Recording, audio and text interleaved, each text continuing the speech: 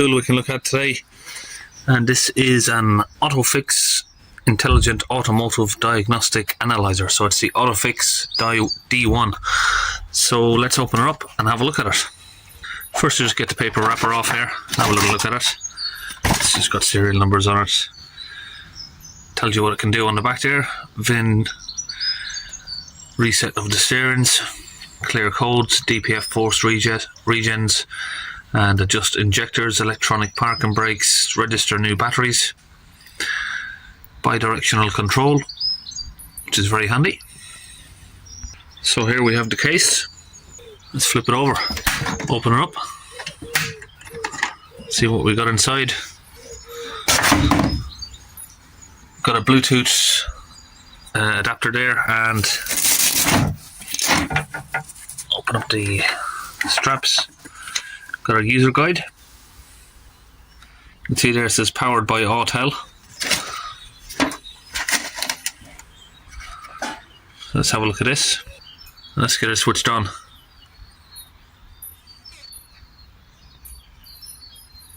So while that's powering up, we'll have a look at the rest of the stuff that it comes with. So it's got a charger here that you don't normally see. USB to a USB-C charger, and then it's got this little block unit here, which is like a multi-point, what do you call them? Whatever. Anyway, and you got the 240 volt plug there. Okay, let's get the OBD connector out. Let's have a little look at it. Very smart looking. So I have a vehicle here that we can plug it into and have a look. So I can see the OBD connector here. It's got a little torch on it. So if you cannot see where your OBD point is in the dark, makes it easier to get it connected up. Okay, we've got it connected to the vehicle here. So let's have a look through it. Now, one thing I can say before we go through the system of it, it is very, very slim. Really nice, attractive looking at the back. It's got a nice colour to it there. You know, I like the orange. This, to me, it's not like your normal sort of scan tool. It's more sort of like a small tablet. Right, anyway, let's have a look at what we can do. Service functions. We have oil resets, parking brake, TPMS, battery monitoring, brake bleeding, DPF, and you'll have sort of, pick your car and you can do DPF regens, reset the DPF values. Let's just go through the list of vehicles here. So we've got Volvo there, that's what we're using right now.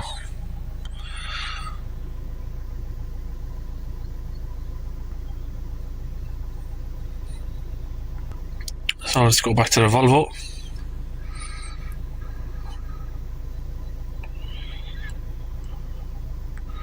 Okay, user agreement, yes.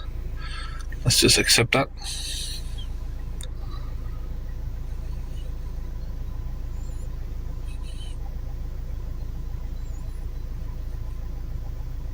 So just go back there, we'll press read automatically down the bottom here.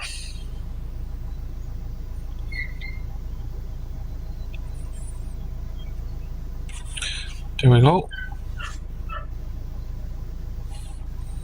Ensure the tool is connected to the internet. Okay. Okay, yeah, so we're connected to the internet. Let's press OK. Transmission, it's auto and it's not all-wheel drive, so I'd say it's that one.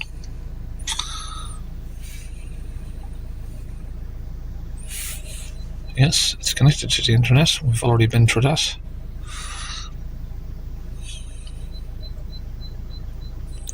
For a faster experience, faster and better user experience, DoIP protocol is recommended for diagnostics. If CAN protocol is used, it may cause communication failure. Do you want to use DoIP? Yes. So that's a good point to make. It is DoIP compatible. Okay, so it's asking me to connect the VCI straight to a cable, just for reliability, I suppose, but I'm not going to worry about that right now.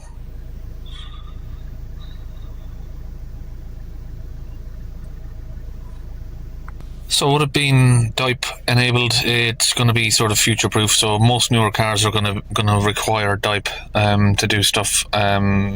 Older machines, some of them will connect, but like it said there, you'll have issues connecting and it will be really slow. So unable to connect. So we're not able to get connectivity through there for some reason. Let's go back. Let's just go straight to Diagnostics. And we will find the car we're looking for. Again, we can go through the list here. Should be pretty much the same as it was before.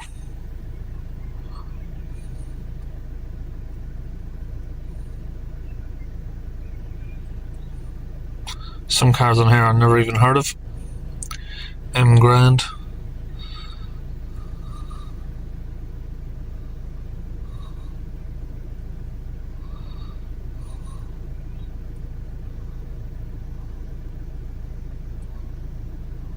Do we have Volvo? Okay, automatic selection again. Okay, we're having connectivity issues with this particular vehicle, but anyway, let's go back and look through the rest of the video. Okay, we've got it hooked up to an older vehicle here, a little bit of a different spec, so we can go through this one. Hopefully we get a better connection here. There we go. So we'll just have a little look through this now. At least we can have a better idea of what the tool can do once we've got it connected to a vehicle here. Okay, we have power control module. We have a fault there, so we'll have a look at that. Trouble codes. Control module circuit below threshold. So basically it's just had a low battery. Now I don't really ever use this car, it doesn't really do much. So it has been standing for a while. So that would be the cause for that. If we come back here, we got the live data options. And you can go through all of the different systems there. Well, that's just in that area. If you want the full live data, we would actually need to go back a little bit. That's the power steering control. Where have we got the engine? ECM.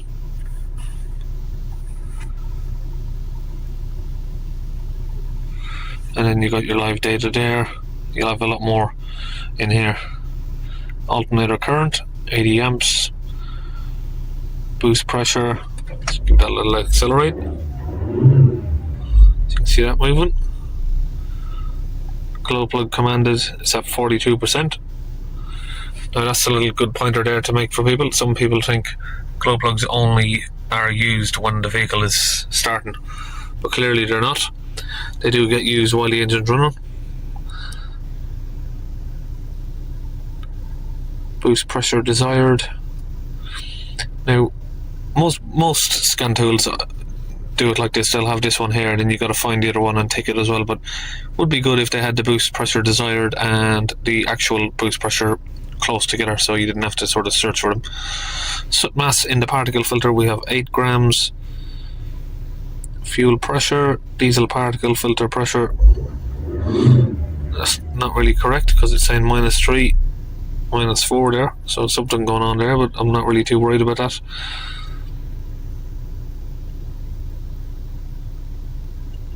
What do you say? If it ain't broke, don't fix it. There's not ever chucked the light up about that. Anyway, so that's that. Let's go back. We have a look at the active tests. So bidirectional control, in other words. Glow plug relay, we can switch that on and off. So if you want to see if there's power coming to the glow plugs, if you put the multimeter there, you can switch them on and off. We have the diesel particle filter heater, throttle position sensors, AC relays, and then we have special functions. Okay. You can do adaptation of the EGR, adaptation of the particle filter pressure sensor, which we might do and see if that will fix that sensor actually. Combustion of the particle filter soot. Check the oil level. No, okay, we didn't mean to press that really. So let's just try doing adaptation of the particle filter sensor. What we'll do is first we will switch the engine off and ignition on.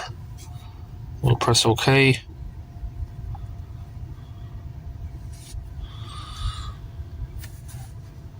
differential pressure adaptation. So it's saying at the minute with the engine off, it's saying -5. Now we've set that back to 0. Now let's go back to the live data. Start the vehicle back up.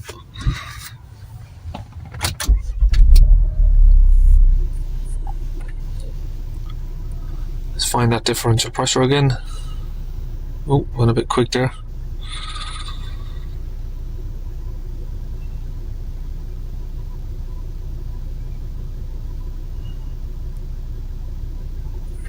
Okay, what you can do is you can press here. If you press the top, you can find a little search bar, and then we can search for differential pressure. Oh, where have we got?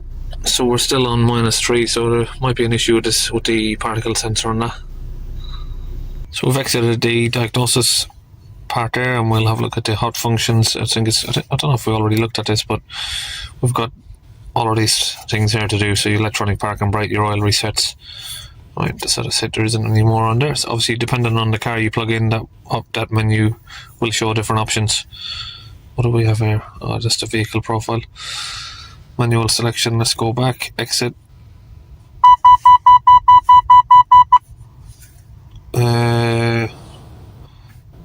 Back again. Have a look in the service menu option again. So we've just got the same stuff there that we looked at before.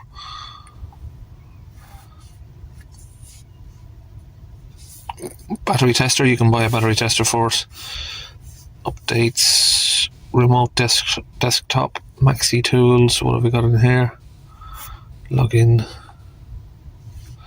The remote desktop is quite a handy feature actually, and you've got a camera there. You can add on a camera to this tool.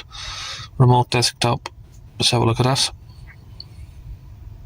So I did use this before. I did try it out, and basically you can use your phone and give that code to somebody else, and then they can control the tool from a different location basically.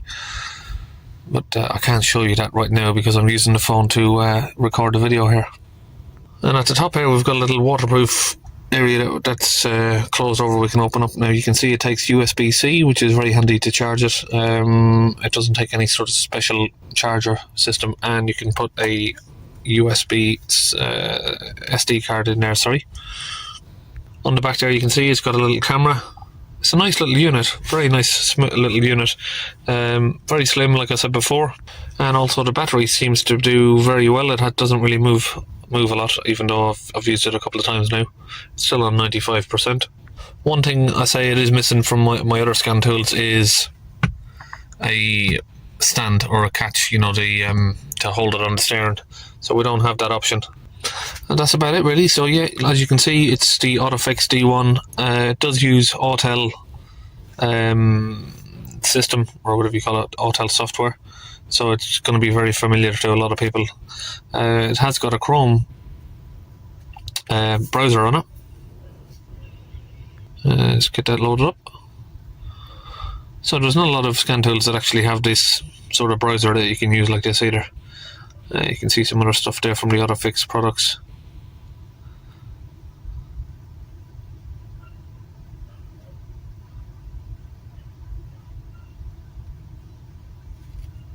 Okay, so like I said there, it's got all of those items that you need. It supports DoIP. It's got a decent battery. So the VCI there needs updating, so we'll just agree to that anyway for a minute. So that's it. That's the OTOFIX D1 there. See you in the next video.